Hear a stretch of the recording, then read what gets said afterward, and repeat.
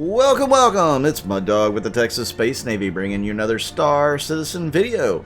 And here we are, Day 3, Intergalactic Aerospace Expo. We're going to the Anvil Hall.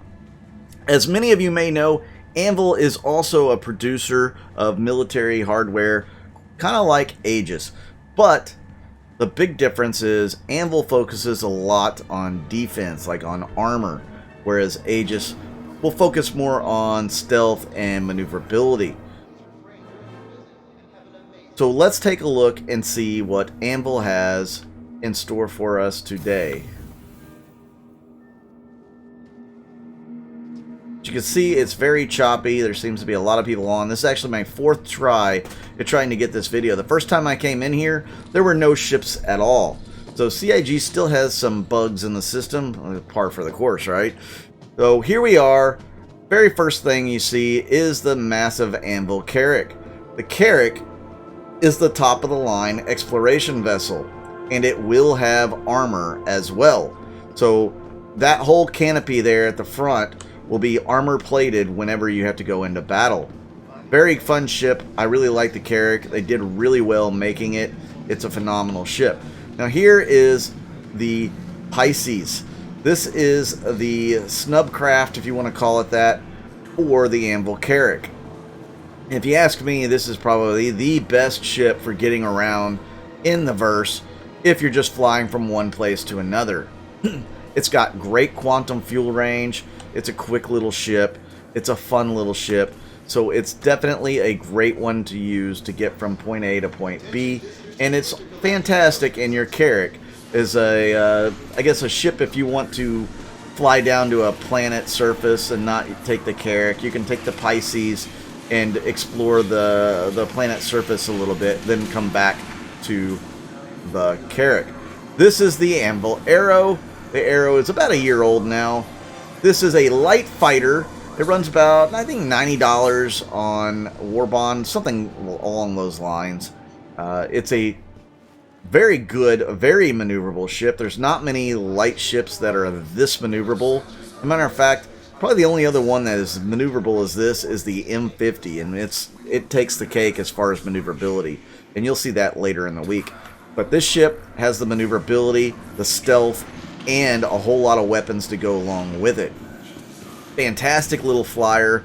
Definitely up there as far as, you know, ships that you may want to use for, you know, any kind of light fighting, you know, along with the Gladius. So I definitely think it's almost a toss-up between the Gladius and the Arrow, but I tend to go with the Gladius more just because it has more shields. That's just me personally. Let's check out what's in the holo rooms today. We're kind of going to go a little backwards order here. Here we have the only thing in the holo room, which is the Anvil Crucible. Now, the Crucible is a repair ship. This thing is going to be all about repairing your little bitty fighters and your big capital ships. It's going to be able to do all of it. It's going to have drones. It's going to have a bay in the front there that you can park your little ships in or have it towed to, and it'll be able to fix it up. It's going to be the best, I guess you could say, repair ship in the game. And also has this space in the front here too. So it's going to be a really cool ship for repairs. It's decent sized. Like I said, you'll be able to park at least one combat ship there on it to get repairs. We don't know when the repair gameplay is going to come in. Probably sometime after, you know, the whole server meshing and the iCache system get put into play. But that's, you know, probably second quarter of this year. Let's go ahead and go back up over to the side over here where they have the Ballista part. This is an anti-air ground vehicle. It has torpedoes right here, size 8 and size 5 missiles, which are really classified as torpedoes. And this Gatling gun up here is really nasty. So you can actually do a lot of damage with that gun itself. Going to be pivotal for any ground force that plans on repelling any air or spaceborne enemies. You'll definitely need a ballista or two in your convoys if you plan on doing anything on the ground. So let's check out what we have on the flanks on either side of the Carrick. Over here to the left, we have one of the the Gladiator series.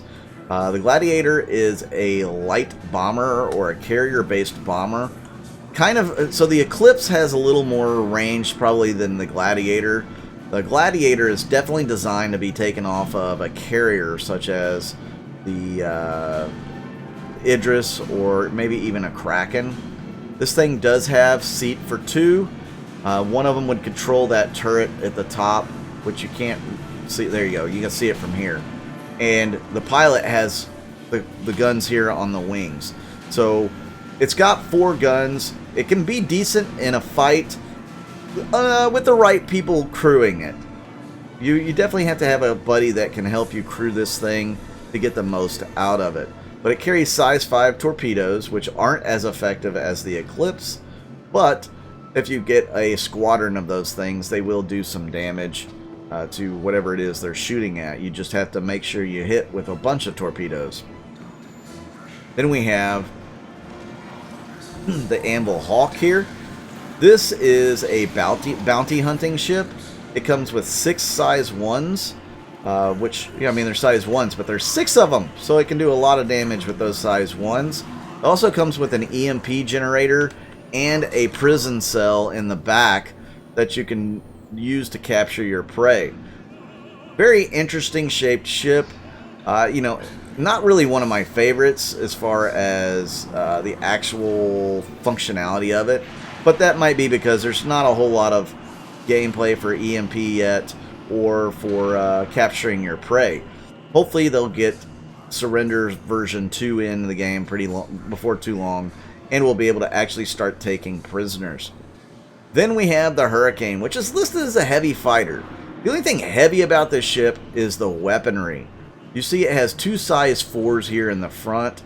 I think these are probably sucker punches, some sort of shotgun-based type weapon in the front that comes standard. And then it's got 4 size 3s in the turret. So you definitely need 2 people for this ship to be effective. This thing's kind of a glass cannon. You're not going to want to get hit in this ship. This is actually one of the most flimsy ships that Anvil has made. I did say they cater more towards armor, but in this case they went the other way around. They catered towards heavy weaponry and lighter armor. So the ship is very maneuverable, and like I said, it can actually shred opponents quite easily if you can get those weapons to come to bear. Let's move on to the Apex Hall 2 and 3, and let's take a look what Anvil has in store for us here. And whoa, we've got some major shadows coming through. Definitely some glitches in the system. The Matrix, as you might want to call it, for CIG. Again, we've got this beautiful vista here of Microtech. I love that they added or included these scenery aspects into the Tobin Center here. So the very first ship here on the left is a surprising favorite for a great many of you. I call it the Turtle, but this is the Terrapin. The Anvil Terrapin. It's a heavily armored, not armed, reconnaissance vessel. As you can see, this is slightly different where it has the ramp on the side. It has VTOL thrusters, and whenever you go into combat, all of this becomes armor. The armor will slide over the front, kind of like it does for the Carrick. So it's an armored reconnaissance vehicle. It's definitely one that you want to send out way in front of your fleet, maybe even in a system in front of your fleet to see what's there, and it can come back and let you know. So it's got an interesting design. If you have a large fleet or a military org, this is going to be a must-have for you to send it out ahead of everybody. Let's move on to the fantastic Valkyrie. Valkyrie is a dropship, and it's a very cool ship, period. It's got 2 guns on the wings, it's got guns underneath the nose, and then it's got a couple of guns on the doors. And then I believe it's got a remote turret as well. It's got a lot of guns. They're not huge in size, but really the coup de grace for this thing is the ability to carry 20 Marines in 20 different drop seats or jump seats, whatever you want to call them, in the ship itself. Plus, you can carry a rover in here. This little ship has a lot of room for, you know, men and equipment. Fantastic ship for the size. I mean, this thing should be able to put a lot of fire down range and support a lot of troop movement in a jiffy. Definitely going to be a must-have for a lot of fleets. I love my Valkyrie. It's one of my favorite ships in the game. You know, you can carry cargo in it now. Originally, you couldn't do that, but they made it to where you could. It's just a great ship. Obviously, you're probably going to want to use it with a crew if you want to get the most out of it. But you could fly it solo and take advantage of the cargo capability in that ship. Now, this is a ship that I'm really looking forward to getting my hands on. This is the ever nasty and elusive F8 Lightning. This thing has so many guns. It's got a gun here, got 2 here, it's got those 3 on the other side. Then I believe it's got 2 guns on the top back there in a turret. So 8 stinking guns on this heavy fighter. The F8 Lightning is a beast. It's armored. It has this like saber-tooth design. Love this ship. Can't wait to actually get my hands on one and fly it and use it in battle. This is going to be my go-to fighter, and you should be able to launch it off of an Idris just fine. It doesn't take up a whole lot more room than one of the ships that we'll see here in a little bit in the F7 series, the Hornet series. Love, love, love this ship. Again, it's one I wish I would be able to get my hands on. Sadly, I have to wait, just like anybody else. If you complete the Squadron 42 missions, you should be able to buy that ship in game. Or if you pledge enough money, you can get not 1, but 2 of those Lightnings. One would be the executive version, and the other would be just a regular version that you saw there. I guess, well, I take that back. It'll be the civilian model. In other words, it's not going to come with the grade A components or anything, just the civilian components. Alright, so let's take a look at the halls over here. We're going to go to 4 and 5. I imagine we're going to see the Hornet series over here. There are quite a few Hornets, and we'll see a few other goodies as well, maybe. There's no real surprises for Anvil during this sell. They're not actually selling anything new here. The only non-flyable ship for Anvil that's on sale is the Crucible. So that's really kind of a surprise. Oh, wait a minute. I can't get in there. Thank you, CIG. I'll just run around in circles. I plan on actually bringing out a video later about the Naked Mile that we had for the org just yesterday. It was a lot of fun. We stripped down and ran around the Tobin Center and even into the Commons. It was a blast. I think everybody had a great time. Sorry to the new guys that came in and that's what they had to see. So did I miss Hall 2? I think I missed Hall 2, and that's where the Hornets are going to be. So we just did a quick loop around. You know, you guys wanted to see more, right? Alright, so Hall 2's over here. I do apologize for the detour. Added a nice couple of minutes to this video.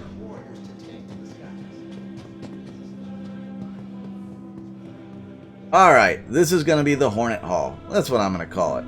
You're going to have 6 different Hornets here. And the first one is the Super Hornet. Now this one seats 2. This is the go-to fighter for a lot of people right now as a medium superiority fighter. It's got the 2 size 1s on this canard turret down below. It's got 2 size 2s up on the turret on top, and then 2 size 3s on the wingtips. Actually, these are probably size 2s gimbaled as well. But you could put 3 size 3s and 1 size 4 on this ship, all fixed, and it can be a nasty, nasty little surprise to somebody. Definitely one of my favorite ships in the game. It's supposed to be well armored when they get the armor actually working. And when they get the shield holes fixed, this thing's going to be really a handful for a lot of people to go up against. Then over here, I believe this is going to be the Wildfire. It is. This is just a regular F7, but the civilian model Wildfire. The Wildfire is a special version, special livery, special weapons, kind of the Masters of Flight type series, where they put out these ships with just, I guess, specific weapons and livery. So as you can see, it's got the big size 4 mounted up top, the Revenant, and then size 3s on the wings, it looks like. Obviously, it comes with less weapons than the Super Hornet over there, and you can't have room for the top passenger or the turret gunner in there. So we'll move on to this version. Is this the tracker? I'm just looking from my point of view. Regular F7C Hornet. So this is just the base model here. So you'll get the weapons on the sides, and you usually get a weapon on the nose here as well for most Hornets. I don't know what's going on there, but yeah. And then over here you're going to have the F7A, which is the military version of the Hornet. And some of you will have these military skins that you can put on your regular Hornets and turn it into a F7A type Hornet. I like the green paint job on this thing, and I like the way it looks in comparison to the regular Hornet. It just, I don't know, it looks beefier, it looks cooler to me. It definitely comes with the 6 weapons that you would get on the Super Hornet. So the Super Hornet and the F7A have a lot in common. This one looks actually like it's got more armor, which, I mean, that could be the case.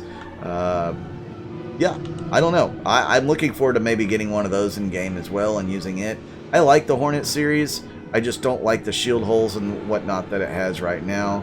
This is obviously the tracker because of the dome on the top where the turret is. The tracker version is all about pretty much command control kind of thing, where you are able to survey the battlefield, you're able to scan for enemies. It has much better range for scanning than the other Hornets. This is one that you'll want to have with your fighters whenever you're going into a new system. To secure the system, you're going to want to be able to scan with that ship. It's still a capable dogfighter, but it does have the scanning properties and capabilities. And then this is the Ghost. So the Ghost is their stealth version of the Hornet. Now, it doesn't look like your typical stealth fighter. It doesn't have the angles and all that a stealth fighter would have. But it's got all sorts of components and armor that make it stealthy. And the thing really is stealthy. I've used it quite a few times in different scenarios, and it was able to perform as I would expect for a stealth ship. Now, I would believe that the Saber could be even stealthier than the Hornet, and of course the Eclipse is definitely going to be stealthier as well. I believe the Arrow is going to be a stealthier ship than the Hornet, just because, you know, those ships have better properties for stealth as far as cross-section and material. But the Ghost is not a slouch. It's definitely a decent stealth ship. If you want to get a stealth fighter, one that can actually fight. Man, check out the size of this gun. Can I buy it? What size is this? Size 6. Wow. And it's really expensive. I can't even afford it with what I have right now. So, really awesome from Anvil here. I hope you guys like this video. Make sure you hit the like button. Hit that subscribe button if you've never subscribed to my channel. I try to get a video out every day, and I want to get this one out to you as soon as possible. Thank you so much to all of my Patreon and YouTube members. You guys are so awesome. Thank you for contributing. If anybody out there wants to, you know, contribute to the channel or sponsor the channel, you can do that through Patreon or the YouTube membership program. You can get into the YouTube membership program for as low as $1 right now. And you can also watch the ads all the way through and click on the ads. That helps the revenue of the channel as well. Thank you once again. I'm Mud Dog with the Texas Space Navy, and I'll see you guys out in the verse.